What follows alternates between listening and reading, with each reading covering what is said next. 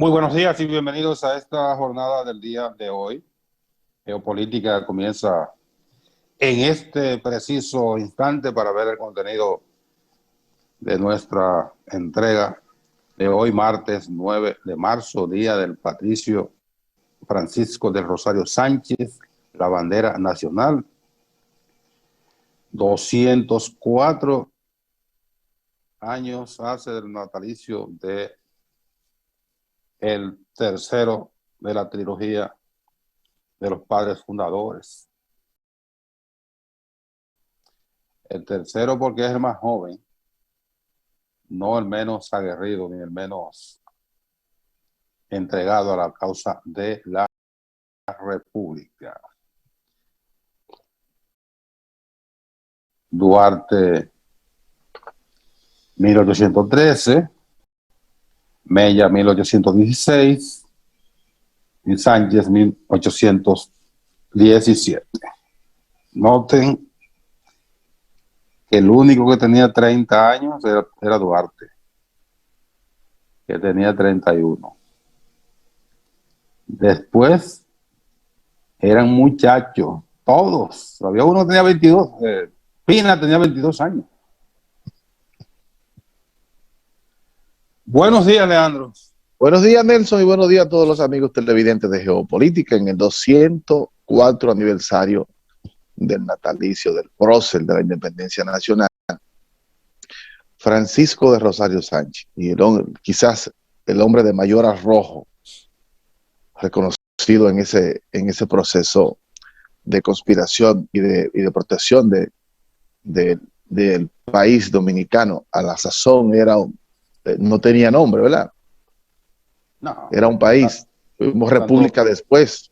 Santo Domingo Español. Después, es decir, no éramos República Dominicana, sino que esos jóvenes fueron los que trabajaron, se esforzaron y dieron sus vidas, se sacrificaron para construir un país de verdad y una república, una nación. Y a ello hay que deberle, se le debe cumplir con su rol en este momento. Ellos forjaron una nacionalidad. Así es. Y dejaron al resto, incluyendo a nosotros que estamos todavía, mejor dicho, que les hemos seguido, estamos en la tierra, la construcción de la nación. Eso todavía está en construcción. Así es, porque pienso que los sectores atrasados siempre se han impuesto en las distintas coyunturas en República Dominicana. Pienso que es un buen momento para, en este mes de febrero, que ya hemos celebrado, conmemorado a Duarte en enero, a Mella el 25 de febrero y ahora en marzo a Sánchez. Es un momento para poner en el debate la necesidad de que los traidores no pueden estar juntos con los patriotas. Los próceres no pueden estar juntos en el mismo sitio que los traidores. Por lo tanto, esa gran lucha de Sánchez.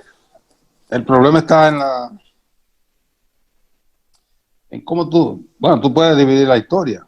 En una parte que tú hiciste un trabajo bien y en otra hiciste un trabajo mal, pero tú eres el mismo personaje.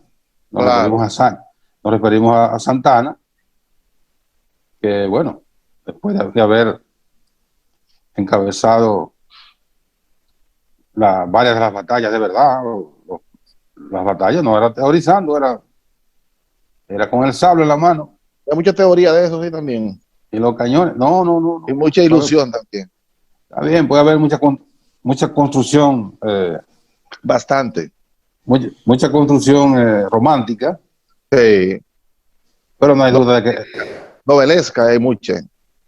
No hay duda de que los haitianos tenían un especial interés y tenían más fuerza que nosotros, tenían mejores armamentos. Habían peleado contra Napoleón. Claro, mucho más fuerza que nosotros. Entonces, esto no te explica que en una batalla murieron 600 haitianos y murieron 3 dominicanos. Además, ¿dónde están las lápidas de los dominicanos que murieron en esa batalla? No las hay. Hay muchas novelas, pero igual que también que los haitianos vencieron a Napoleón. Napoleón nunca supo dónde quedaba Haití. Yeah. No, Napoleón mandó a su cuñado a proteger esa vaina. ¿De dónde que viene la madera? ¿Dónde que viene la coba? Era Tenemos como le interés decían, ahí, voy a proteger esa vaina. Y vino Leclerc aquí y agarró eh, preso a tu era, server. era como le decían los indígenas a la caoba, era coba. Oh, ok. Y toda esa madera iba a construir grandes estancias y grandes De- y, y- y bueno, llamativos muebles a los, Francia. no. Los tribunales de Europa, de la Europa Central, los tribunales, ¿verdad? Están construidos con caoba de República Dominicana. De Todavía la hoy, isla, de de la la isla, isla. ¿verdad? De la isla. Hoy, lo que existe todavía, eso hecho, fue hecho con caoba centenaria y aún viven esos tribunales, hechos allá en Europa. Claro, entonces, los haitianos mencionan a Napoleón, pero por favor, también somos demasiado noveleros, hombre. Es demasiado novelero, porque eso era un monte aquí y la gente venía, un tipo se proclamaba presidente en una esquina, ya presidente, y viene de que lo recogen como un presidente. ¿Qué carajo? Así, aquí fue igual que el Trabucazo. Se reunieron un par de cientos de gente y ahí proclamaron, dijeron que ya, pero aquí no había nada ya. Los Bueno, haitianos estaban imbuidos en lo de ellos ya. pero pues ahí comenzó. Aprovecharon de las circunstancias. Sí. Ajá, Es decir, las no fue que circunstancias ayudan. sí, no dije que fue que yo agarraran y sacan a palo que estaba aquí, nada de eso, ¿eh? Pero después, Eso fue un acto simbólico, protocolar, para decir, ya, no digo, un sí, tiro y nos liberamos. sí, pero después hubo Ah, mucha batalla. No, no hubo puede algunas, negar. ahí fue que hubo después de eso algunas refriegas por algunos sectores importantes, según si vemos la historia de manera real. Pero bueno, ese no es el tema. Yo no, de ninguna manera quiero desnotar el valor, sino todo lo No, contrario, de muchos dominicanos no te que, atreves. que creían en eso de verdad. Pero aquí hay muchos patrioteros cachuchitas que quieren poner eso como que quieren poner como que fue toda la batalla del mundo, incluyendo tomando el pelo a la gente. Es decir, en una batalla murieron 600 haitianos y 3 dominicanos. Oye, pero como 3, donde mueran 600 para matarlo, nada más por accidente mueren a que sea 300 de los otros o 200. Bueno, pero recuerda que Pero además, ¿y en, con cuáles almas van a matar 600 personas, por Dios? Aquí no había nada. en esta construcción de las independencias de América Latina, bueno, incluyendo América completa, porque también hay muchas novelas en los Estados Unidos frente a los ingleses. Uf, Y entonces, hay muchas novelas entre las batallas de Bolívar, que fueron bueno, varias Bolívar, batallas importante, importantes, un pero gran también guerrero. hubo Muchas novelas. muchas escaramuzas, Uf, pila de caramosa. o San Pero Martín, ahí, pero, o pero ahí, Higgins. pero ahí ya había un imperio bastante desarrollado que trataba de proteger los territorios que había conquistado. Sí, ahí había un interés muy marcado. Sí, sí, porque había un interés continental, porque tenía Claro, posesiones continentales, no isleñas claro. como aquí, lo que es la República Dominicana. Había, bueno, para asentarse y dominar esos territorios amplísimos de Del sur. de América del Sur, México.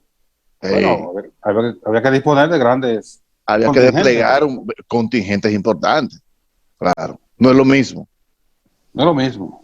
Claro. Pero esta es nuestra República Dominicana, la Así mejor es. que hay. Y yo siempre traigo la anécdota de Virgilio Díaz Ordóñez, que era canciller, y entonces fue a Washington. Era canciller o embajador en Washington, me parece que era canciller todavía. Y que en Washington alguien le pregunta por el país. Uh-huh. Don Virgilio, ¿cómo está la República Dominicana? ¿No? Está bien, está bien. A mí me gusta la República Dominicana, le dijo el interlocutor. Uh-huh. Sí, es un gran país. Lástima que esté habitado. Coño.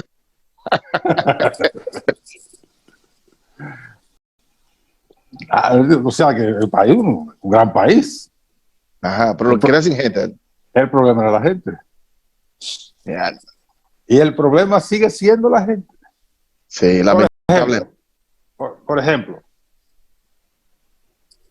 aquí no nos vamos a cansar de protestar, porque somos todos los días,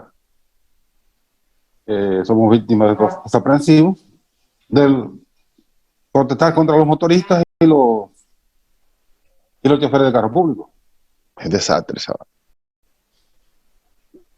Eso es una calamidad, es lo que uno vive frente a estos desaprensivos. Mira lo que pasó el otro día con una muy lamentable, el motorista que murió ahí en la Sí, Churchill, esquina 27 de febrero, con una escolta, la vicepresidenta. de Un una hombre, escolta de la vicepresidenta. Ahí hay una confusión de datos, que no, que el motorista no se metió, sino o sea, que todavía, que no estaba el pare para ese lado donde venía el motorista, sino que porque uno de los escoltas se quedó rezagado y después aceleró. Pero, ¿cuántas son las escoltas de la vicepresidenta? ¿Cuántos vehículos llevan? por lo menos tres. Son tres vehículos. Son tres vehículos. Ahí no andan más de tres vehículos.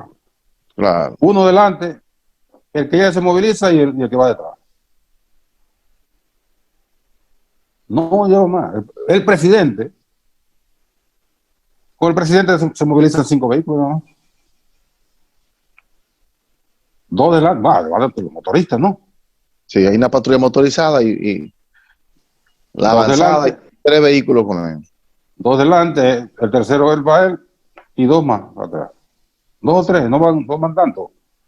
Porque esas escoltas larguísimas que tenía, que era el otro Balaguer que usaba esas escoltas. Habían cuatro vehículos militares adelante, dos vehículos policiales, después otro vehículo más, el vehículo del presidente, detrás cuatro o cinco jipetas más o lo que fueran. Y detrás otra cola de vehículos militares, incluyendo con armas desplegadas. Y en toda la ruta recuerda, había un contingente militar, un, Cada esquina. un dispositivo de militares armados. Sí, Cuando uno veía eso, decía, ahí va el presidente, sí, que parecía un estado de guerra. ahí va el presidente, porque es el estilo napoleónico, Sí, ahí va el emperador. En Estados Unidos es también así, ahí va el presidente. 300 vehículos con el presidente. Una exageración, pero digo, es por matizar el asunto. Era que cuando llega el presidente Leonel Fernández, incluso él manejaba su vehículo a veces. Yo lo llegué a ver manejando. mm, Claro, por ejemplo, pero, no pero, rompe si el uno se, protocolo. pero si uno se acostumbró a manejar, ¿tú crees que yo me siento bien cada vez que me esté manejando? Ya. A mí me gusta más que me manejen. Bueno, uno está bien para descansar. Se siente más cómodo ahí. Llegó una vez aquí el presidente de Ecuador, Osvaldo Hurtado, y lo fue a recibir el presidente Antonio Guzmán al aeropuerto. En ese tiempo se estilaba que el presidente recibía en el aeropuerto, eso cambió en todo el mundo. Eh, bueno, y cuando él se va a montar en su vehículo número uno, el presidente Guzmán en el suyo, y le ponen también el número uno El a presidente. Hurtado, cuando le abren la puerta para montarse detrás, dice, no, yo voy a manejar. ¿Cómo presidente? No, no, no, yo voy a manejar. Yo soy conductor. Bueno, pues está bien. ¿Cómo va a Y ser? Hurtado, sí, y Hurtado agarró arrancó la cosa. Y él vino manejando hasta el Palacio, donde se iba a reunir con el presidente Antonio Guzmán. Hay gente que le gusta manejar. Sí.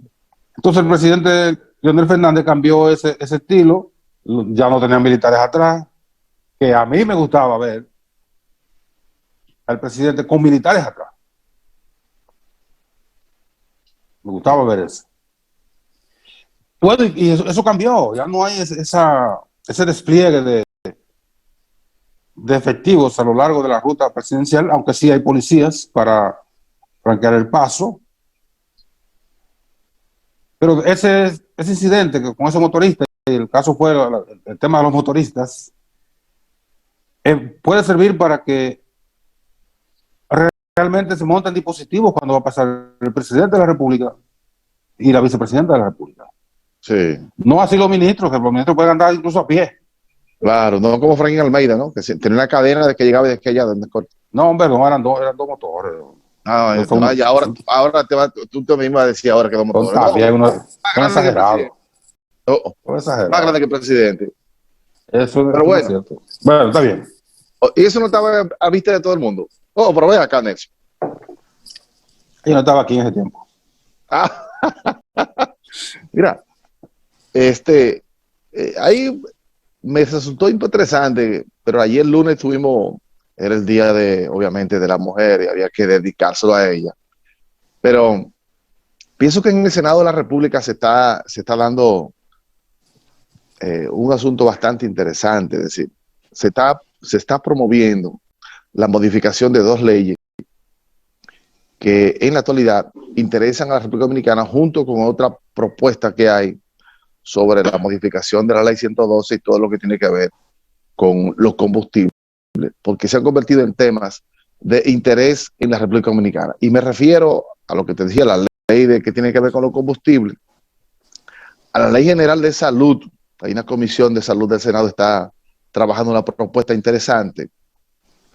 Y la otra tiene que ver con el llamado peaje sombra con relación a la autopista de Nordeste, que el presidente de la República se refirió en su rendición de cuentas, y que el Senado de la República ya tiene una comisión que está trabajando con esa propuesta a fin de buscarle una solución legal, ¿verdad?, a una situación que de manera vulnera, afecta a los bolsillos de los dominicanos. Un asalto. Por eso es una estafa. Y en el caso del peaje sombra, yo pienso que este país no puede revisar eso pura y simple. Es decir, ahí hay que saber cuáles razones tuvo hasta el legislador de ese momento y los actores que promovieron esa iniciativa, es decir, permitir que de manera vulgar se estafe al Estado dominicano. Nadie daña al Estado por placer. Es evidente que alguien se benefició de esa oneroso contrato contra el Estado dominicano y en beneficio del interés particular, que ya haya tenido ya como consecuencia 27 mil millones de pesos. Pero tú sabes lo que son 27 mil millones de pesos erogados del Estado dominicano, además del que ellos han recaudado de manera directa con los peajes. Sí, Solamente por la sombra. Y lo que falta. No, pero así no puede ser. No solamente eso, sino con un contrato hasta el año 2038. Sí, sí. Según informaciones que he recibido, la compañía está proponiendo, ya hubo una reunión, ellos están proponiendo reducir el peaje de sombra en un 40%. Oye. No, hay que reducirlo a cero. Claro. Y tengo información que el presidente de la República dijo, no, nada de eso, nada de 40 ni de 30. Eso es a cero. E inclusive hay que bajar el costo de los peajes, porque ya ustedes sacaron con creces todo el dinero. Una carretera por demás, bastante, porque yo no sé si hicieron ¿por qué se iba a tocar el medio ambiente de esa forma ahí en lo que tiene que ver con los haitíes? Y si iban ya a hacer esa construcción, si iban a acabar esa loma, ¿por qué no la hicieron de verdad? Porque esa carretera es una carreterita de un solo carril, es decir, de 2 carriles. ¿Por qué no hicieron eso de verdad para hacer una carretera bien ancha, que se pueda transitar de verdad como una autopista? Porque nosotros aquí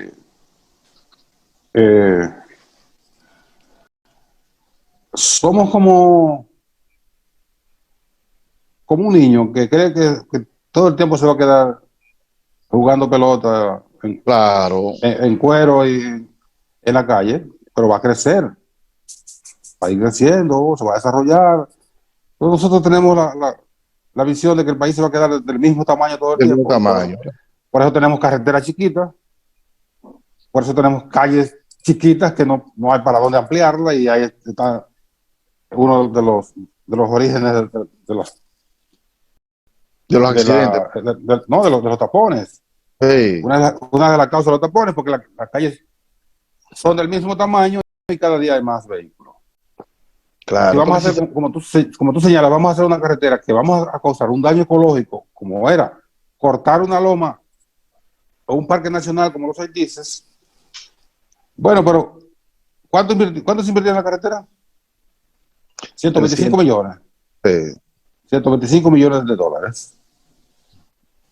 Para hacer el doble,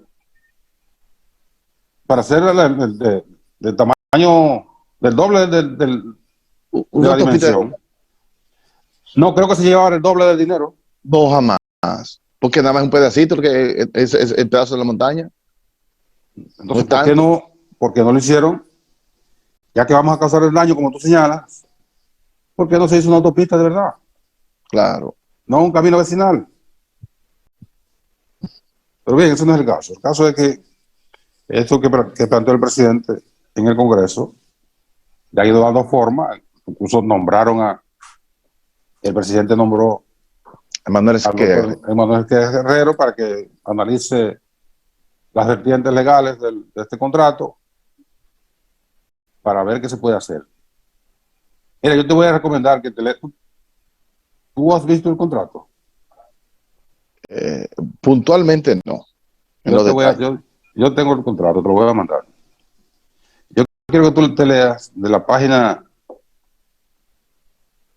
en la página 22, de la página 20 hasta la 27, está contenido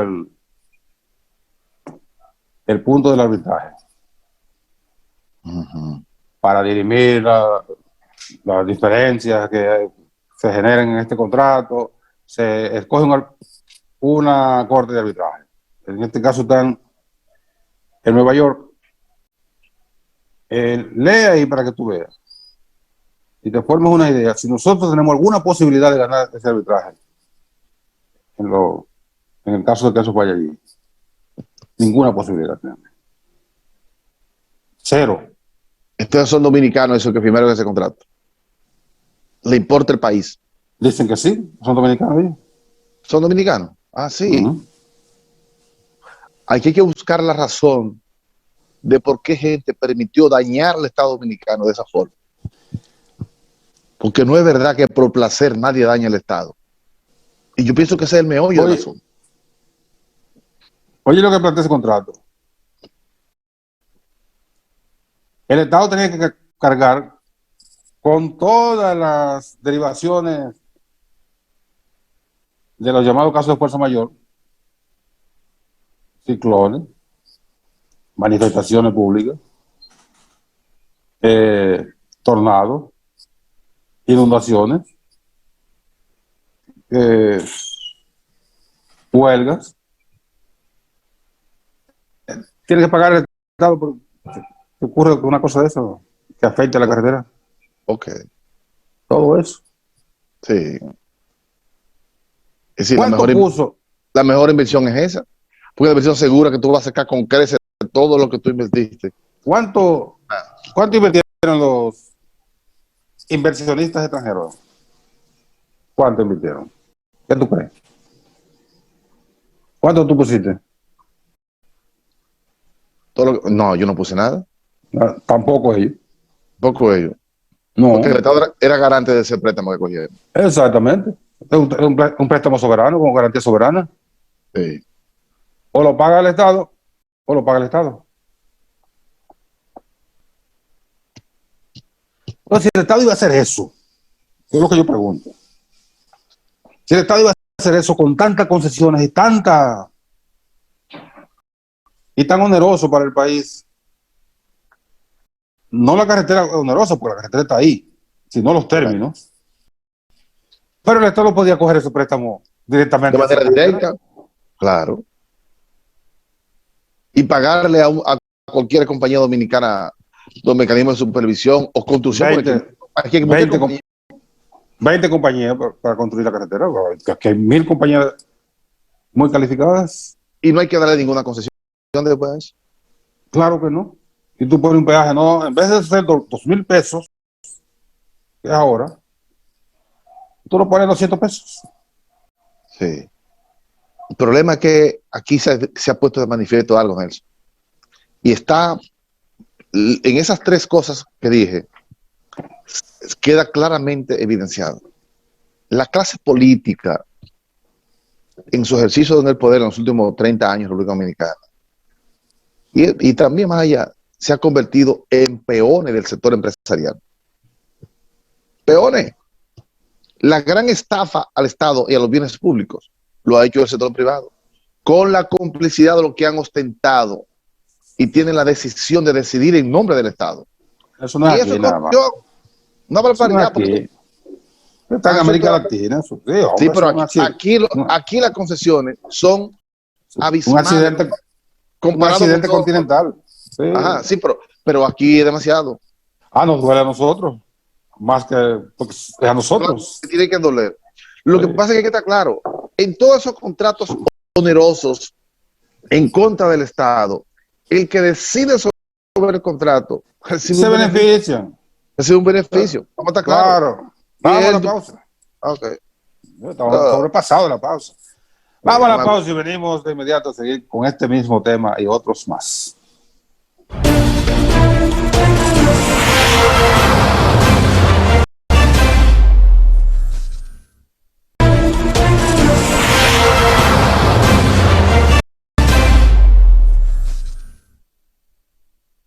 Bien, continuamos en Geopolítica de este día.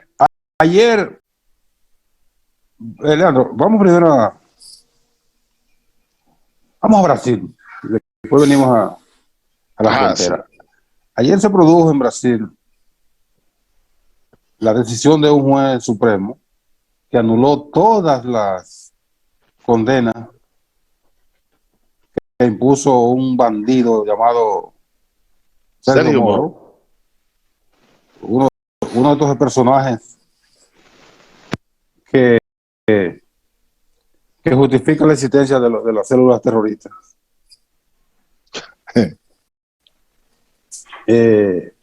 O sea, un expediente totalmente político sí. Electoral. Fue concebido para impedir que una persona pudiera volver a ser candidato, al menos en esas elecciones. Que Lula debió participar, y por estas condenas, con toda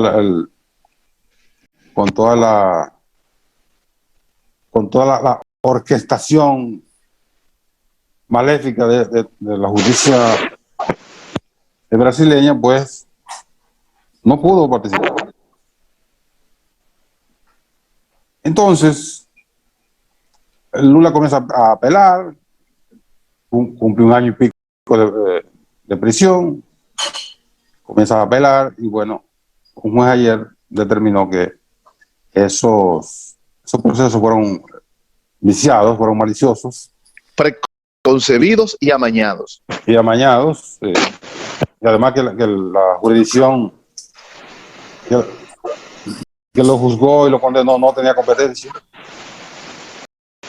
Bien, lo anuló. Pero eso no significa que Lula vaya a tener ganancia de causa totalmente, porque falta todavía que el Ministerio Público, que fue usado políticamente, ha dicho que lo va a apelar. Creo que ya lo apeló, y eso tiene que conocerlo el Pleno de la Suprema. De la Suprema Corte de Brasil. Una Suprema que ustedes recordarán que mantuvo en vilo a Brasil y a América Latina, que le damos seguimiento a ese caso por el personaje que estaba involucrado, cuando la jueza que decidió, había un empate, la que decidió, emitió uno de esos votos que la gente no entiende. Ella entendía que Lula que Lula tenía, que Lula era inocente, pero emitió el voto en contra de él. Previo a ese voto, el jefe del ejército de Brasil, es un ejército que nunca ha peleado contra nadie, porque don Pedro le dio la independencia de Brasil sin tirar un tiro, no como nosotros y otros países. No ha tirado un tiro nunca. Bueno, el jefe del ejército emitió un comunicado advirtiendo Así es. que estaba en juego la democracia si la justicia no actuaba, deliberando contra Lula. Y Moro había dicho, yo no tengo prueba, pero tengo convicción. Oye, qué cabrón, ¿eh? Está condenando a una persona no porque tenga pruebas, sino porque tiene convicción. Sí. Bueno, todo eso ha llegado al punto actual de que Lula es un hombre libre ahora mismo. Pero eso no es enteramente cierto, porque siguen los sectores interesados en sacar a Lula del camino. Las elecciones son el próximo año. Lula tiene 70 y cuánto, 76 años. Sí. Biden tiene 78. O sea, no sería nada extraño que Lula con 77 fuera candidato presidencial y pudiera ganar las elecciones. Ya mientras no haya, no se hayan movilizado todas las piedras del camino. Bueno, Leandro, voy a tener que resolver eso. Y todas las piedras del camino. No haya.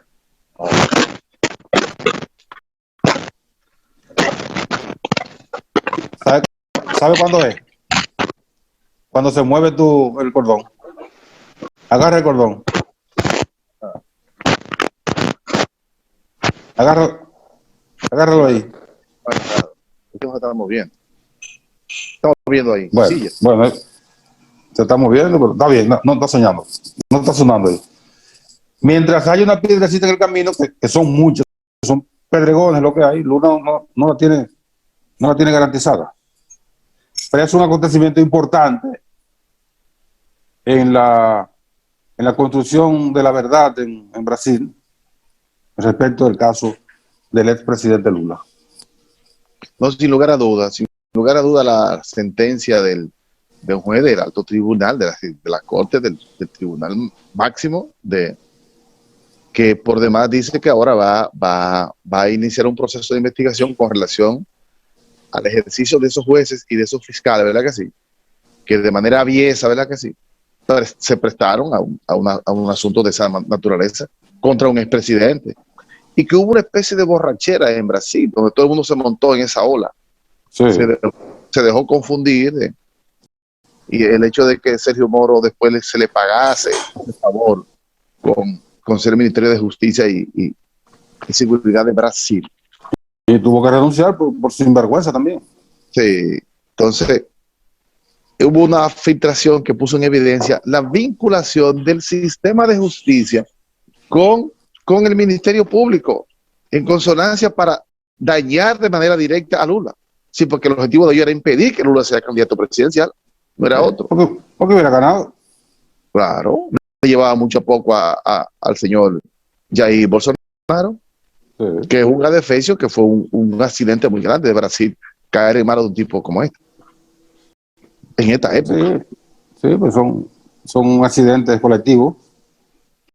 La gente actúa en colectivo, a veces en manada y de manera irracional, como operan los animales, que lo hacen por alto reflejo.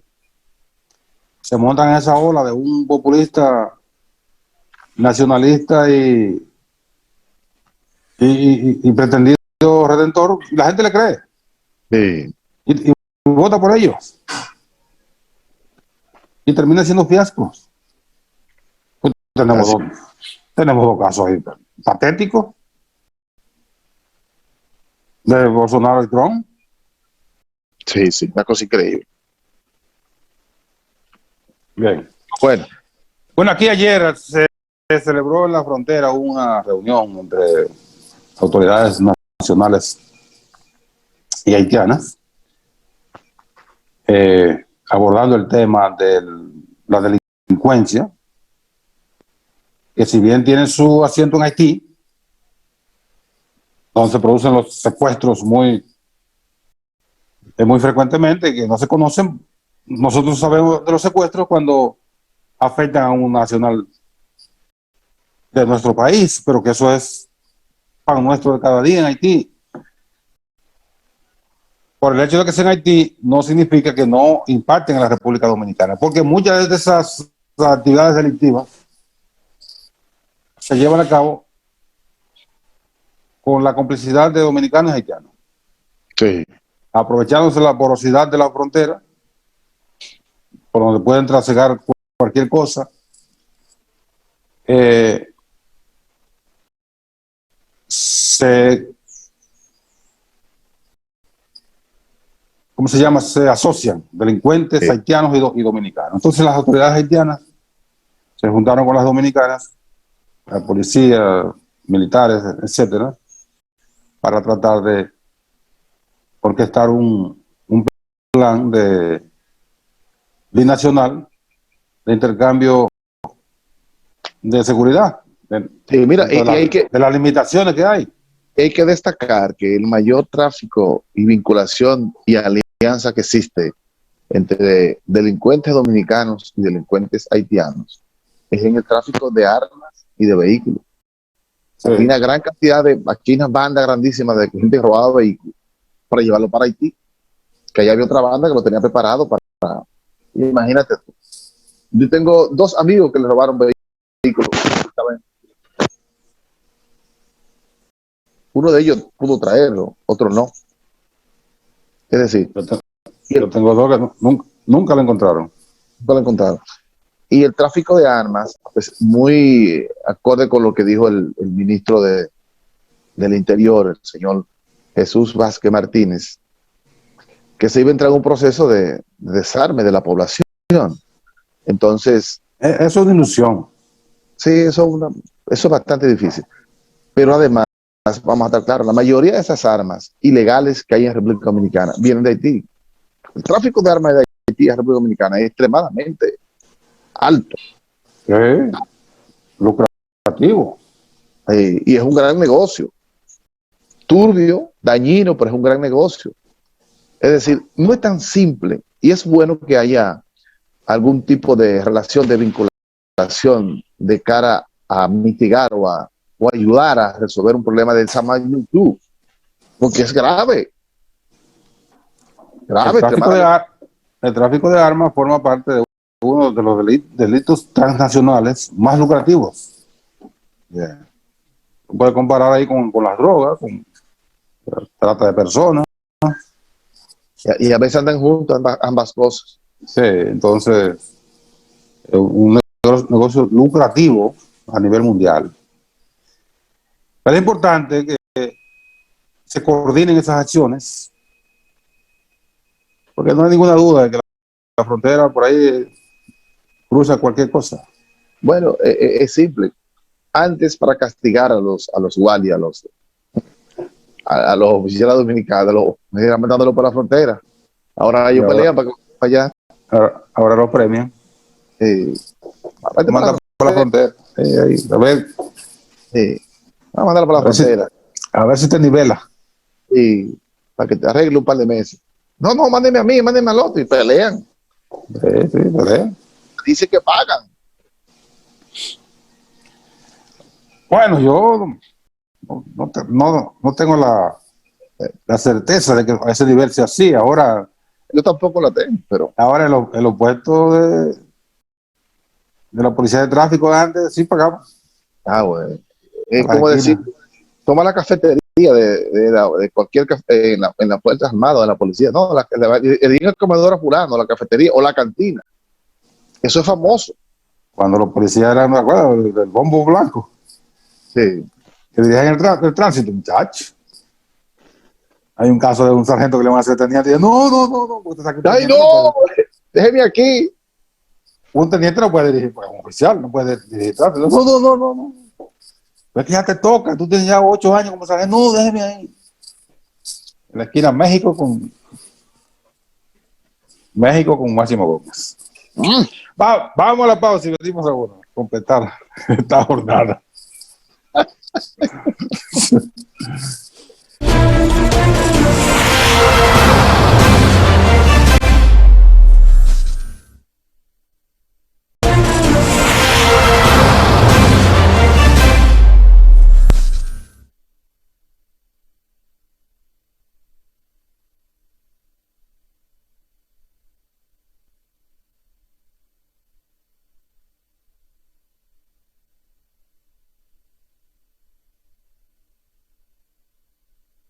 Seguimos en geopolítica. Oye, son las 8:46 ya, está quedando con poco tiempo.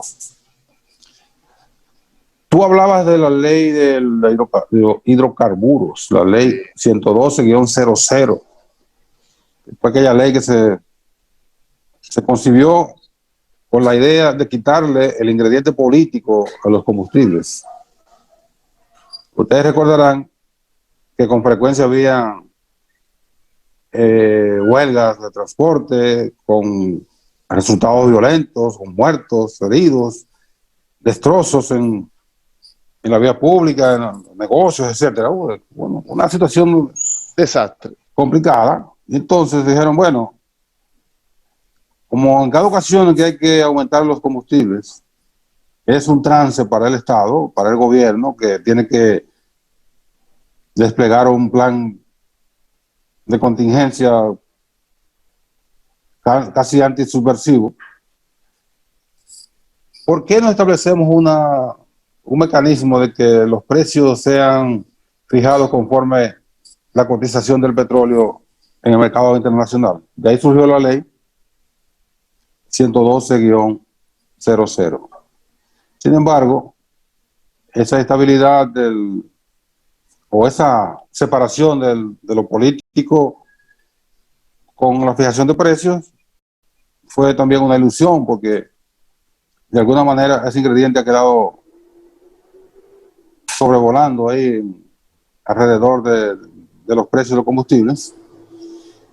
Y con mucha frecuencia, como ahora, cuando los precios llegan a niveles importantes, comienza la gente a pedir que se modifique la ley de hidrocarburos. Ahora, no es modificar solo la ley de hidrocarburos. Así es. Es también modificar la estructura impositiva de la República Dominicana. Si le quitamos los impuestos, que son un ingrediente importante en el costo final de los combustibles, si le quitamos los impuestos a los combustibles y ponemos los combustibles a 125 pesos, digamos, el más caro a 125 pesos. Entonces no podemos pedirle al Estado que nos construya carreteras, que nos construya hospitales, que cumpla con la ley de educación. Lo que mandan las leyes de la Constitución de la República, que son directas, impuestos directos. Ajá. No podemos hacerlo, porque ¿de dónde van a salir esos recursos? Claro. ¿A qué producto, a qué servicio, a qué artículo, a qué actividad le vamos a fijar impuestos que puedan resarcir lo que deje de percibir el Estado por vía de los combustibles? Es porque es muy bueno. Vamos a criticar vamos a criticar ese problema, pero también planteemos una solución. ¿Cuál es? Mira, yo no he oído a nadie decir, mira, vamos a quitarle los 48 pesos con 50 centavos que tiene X combustible, y ese dinero lo vamos a conseguir de aquí. No me vengan a decir que van a grabar más los cigarrillos y el romo. No, pero además es que es un impuesto, digamos, directo. Yo creo lo siguiente, 3 cosas importantes en este debate. es imposible quitar los impuestos, porque el Estado tiene que recaudar. Ahora bien, yo creo dos cosas importantes. Hay que reducir los márgenes de beneficio de los intermediarios del combustible. Ahí no Y es que está ponerlo, tampoco. sí, sí es importante. Porque además, si tú buscas la tabla de los intermediarios en otros países, aquí le lleva el 200%, tanto a las distribuidoras final, que son las estaciones de combustible, como a los intermediarios de la compra. Entonces, en la compra yo pienso que hay que volver a establecer un mínimo del 50% en el Estado. Eso no puede estar en manos de la parte privada total, per se. No. Tiene que haber una parte que tenga el control de la refinería dominicana con lo que tiene que ver con la distribución del combustible. Claro. Yo creo en eso. Es que las refinerías no intervienen en la distribución, sencillamente importación, Eso es en la importación. refinación y distribución mayorista. Claro. No tiene nada que ver con la intermediación. Porque se le hemos dejado al sector privado. No, porque esa es la estructura operacional del sistema de combustible de la República Dominicana. Pero hay una parte de esa que es la refinería y tú sabes, quizás tienes más de eso que yo. Ahora bien, yo pienso que el Estado debe tener control sobre eso, un mayor control, porque eso no puede estar al libre juego de oferta y demanda. No es así. Eso es un asunto estratégico para cualquier país del mundo. Y segundo, creo que los impuestos deben ser focalizados. Focalizados para dónde van. Por ejemplo, a elementos fundamentales como es la educación del país. Está focalizado. Sí, pero ¿para quién? ¿Para quién está focalizado? Para el pago de la deuda. Para el pago de la deuda, para renovación del parque vehicular, de carreteras, sí. Yo estoy diciendo que se haga un reenfoque de eso. Porque aquí la deuda es pero si nosotros no focalizamos las cosas que son fijas, porque por ejemplo aquí hay leyes que son fijas y que el Estado no las puede cumplir, entonces, ¿por qué no focaliza impuestos de manera directa para cumplir esa demanda que manda la Constitución de la República y que por demás son estratégicas? Porque yo te pregunto, el sistema educativo de República Dominicana, nada más con concesiones como la del peaje sombra, pudiera contribuir al desarrollo extraordinario del país, de la función que tiene el Estado Dominicano, y sin embargo se lo dan. ¿Quiénes se benefician de eso? ¿Quiénes se benefician aquí hay ciertas compañías que trabajan con importación de combustible? Es un mercado jugoso, porque como tiene tantos privilegios, las grandes empresas se han asociado a nivel de combustible, porque es que reciben una cuota demasiado tentadora, y no puede ser así. Aquí hay una distorsión, eso está claro. ¿Por qué hay que exonerar de combustibles a hoteles, industrias y demás? ¿Por qué? Sí, esa es una buena forma de transferir los bienes públicos a privados. Y los políticos que aprueban eso son peones de esas grandes empresas. O ellos rebajan los hoteles, por ejemplo, te rebajan una habitación cuando tú vas porque, nada de eso. Nada de eso. Claro. ¿Por qué hay que exonerar de combustible? ¿Por qué había que exonerar de combustibles a los sindicatos que hicieron de eso un gran negocio lucrativo que se hizo con mucha gente millonaria? Y ahí salieron senadores y diputados y muchos de todo. Claro. Son todas esas locuras que caen los gobiernos, unas por miedo a los sindicatos, por ejemplo. Nada, ¿quién dijo que le tiene miedo? Y otras por beneficiarse a alguien. Claro, alguien se beneficia de eso. De cuento. Y yo creo que la iniciativa del gobierno es importante para poner de relieve, para poner en el debate las verdaderas distorsiones de eso, porque estamos yéndonos por la sábana, que es la ley 112. Por ahí un conjunto de privilegios que de manera administrativa lo da industria y comercio, que actúa totalmente en contra del Estado. Si la institución del Estado actúa totalmente en contra del Estado, no como un ente de control, es decir, de intermedio entre la acción privada y la acción pública, porque Bueno, se supone que es una institución lo que pública. hace, lo que hace Industria y Comercio es administrar la ley, porque esos porcentajes están en la ley. No, no están Los en la ley. porcentajes, los porcentajes de intermediación están, bueno, están en el reglamento. Claro, en el reglamento interno.